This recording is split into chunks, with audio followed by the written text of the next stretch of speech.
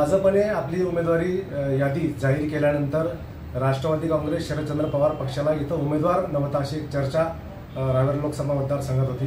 परंतु आज रावेरचे श्रीराम पाटील जे उद्योजक आहेत त्यांची उमेदवारी राष्ट्रवादी काँग्रेस शरदचंद्र पवार पक्षाने जाहीर केलेली आहे। आपल्यासोबत श्रीराम पाटील आहेत उद्योजक, नेमकं त्यांची काय प्रतिक्रिया आहे?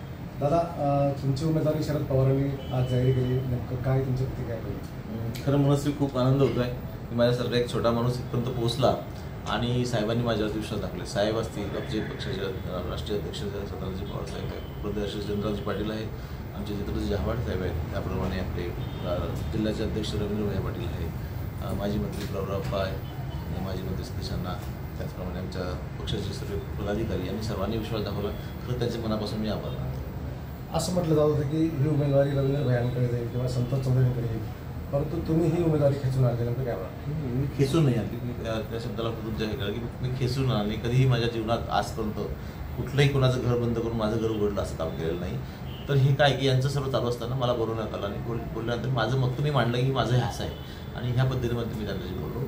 आणि साहेबांचं प्रेम माझ्यावरती आधीही आहेच। 2019मध्ये आपल्याला कल्पना असेल, साहेबांनी मला अचानक बोलवलं होतं त्यावेळेस काही माझा काही प्रश्नच नव्हता। अचानक बोलवलं आणि मला त्यावेळी डिक्लेअरसुद्धा झालं होतं आणि नंतर काही काळानं झालं असेल त्यांचं पण साहेबांचं प्रेम आहे आणि साहेबांचे विचार जे आहेत ते आधीपासून शेती शेतकरी ह्या गोष्टीवरती आहेत, सर्वसामान्यावरच्या विचारात आहेत आणि त्या पद्धतीने हे मी आलेलं खेचून वगैरे काही आलं नाही। हे मला अनपेक्षित मिळालेलं यश आहे, अनपेक्षित अपेक्षा नसताना मिळालेलं यश।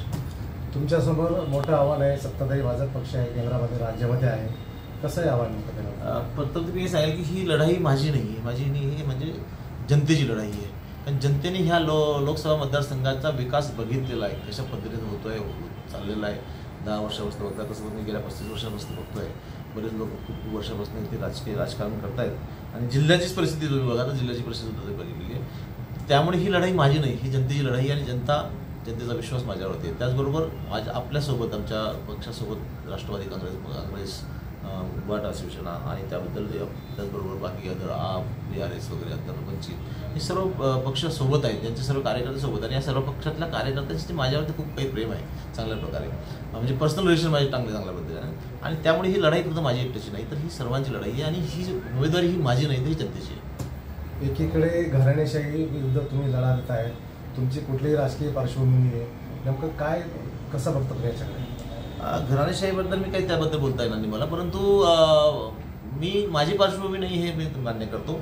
परंतु असं कुठे आहे की बाबा नवीन माणसाने येऊ नये, नवीन माणूस आल्याशिवाय तुम्हाला नवीन काहीतरी क्रांती घडणार नाही आणि प्रत्येक वेळेस काहीतरी नवीन करण्यासाठी काहीतरी नवीन माणसाला यावं लागते आणि तुम्हाला कल्पना आहे की जोपर्यंत पक्ष जनतेला काहीतरी फरक बघायचा असेल तर त्यांना नवीन माणसाला द्यावंच लागेल आणि नवीन माणसाला समोर आणावं लागेल। त्यावेळेस आधी करणारामध्ये आणि नवीन करणारामध्ये काय फरक आहे जनतेला त्याच्याशी समजणार नाही, कारण वर्षानुवर्ष जे चालते तेच प्रश्न होतं। त्यामुळे जनतेसुद्धा लक्षात येत नाही की नेमकं काय असते आणि पण मला सुद्धा अजून समजलं नाही की खासदार नेमकं काय करतो, खासदाराचे कर्तव्य काय। पण नेमकं आता जनता मला संसदेत पाठवली त्यावेळेस मी लक्षात राहून लोकांच्या की खासदाराचे काय काय कर्तव्य आहे। 1.5-2 महिन्यापूर्वी तुम्ही भाजपमध्ये प्रवेश केलेला होता, आता पुढे तुम्ही राष्ट्रवादी काँग्रेस शरद पवार गटामध्ये आला, तुमच्यावर ही टीका होईल, या टीकेकडे तुम्ही कसं उत्तर द्याल?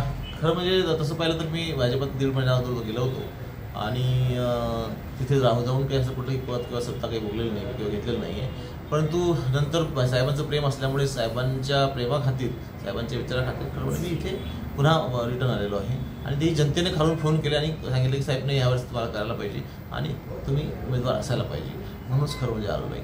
सगळी म्हटलं तुमची फाईट आता जे विद्यमान खासदार रक्षा खडसे ज्या 10 वर्ष या लोकसभा मतदारसंघाचं प्रतिनिधित्व करत आहे, नेमकं 10 वर्षामध्ये त्यांनी काय या ठिकाणी विकास कामं केलेली आहेत किंवा तुमचे जे ऑब्झर्वेशन आहे, तुम्ही त्या मतदारसंघामध्ये फिरतात, काय नेमके लूपहॉल्स आहेत किंवा काय नेमका उणीव आहे?